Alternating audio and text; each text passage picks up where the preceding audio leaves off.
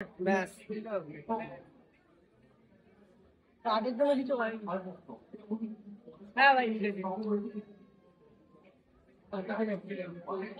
ভালো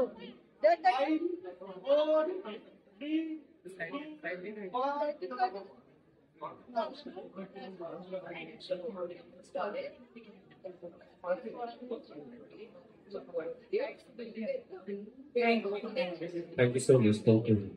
যখন বেরোবেন তখন ভিডিও করা যাবে না।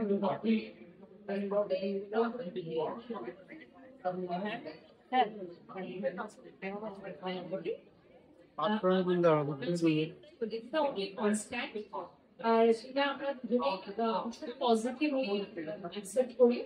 মানুষ জন্মানোর পর থেকে উইথ টাইম আমরা ইভলভ করি, ঠিক তার সাথে সাথে মানে ইন্ডিভিজুয়ালি আমরা ইভলভ করি, তার সাথে সাথে প্রত্যেকটা সম্পর্ক কিন্তু ইভলভ করে। সো আমাদের সম্পর্কটাও ঠিক সেইভাবেই এভরিডে ইভলভ করছে ইন আ পজিটিভ ওয়ে। আর সময় মানে বিয়ের আগে কোর্টশিপ যেটাকে বলা হয়, তখন যতটা ভালো লাগবে ওর আজকে তার থেকে আরো হাজার হাজার হাজার গুণ বেশি ভালো লাগে ওকে এবং ওর সাথে সময় কাটাতে। তো সেটাতেই বুঝতে পারছি যে সমীকরণটা কি হতে পারে।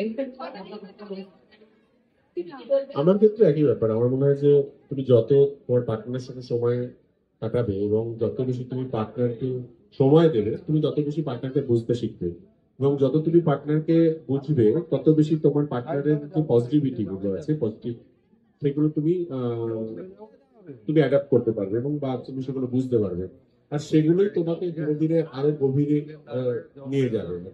তো আমাদের সম্পর্কটা যত দিন যায় আমরা রোজ নিজেদেরকে একটা অন্যভাবে ডিসকভার করবো রিলেশনটাকে। তো উই আর ভেরি হ্যাপি। মানে আমার মনে হয় যে আরো কেন আগের থেকে নয়, মানে আরো অনেক দিন আমরা যাতে এটাকে আরো ভালো জায়গায় নিয়ে যেতে পারি। এখন তো আরো ভালো হয়েছে যে ইয়ালিনী আসার পর আমাদের যেন পরিপূর্ণ হয়েছে।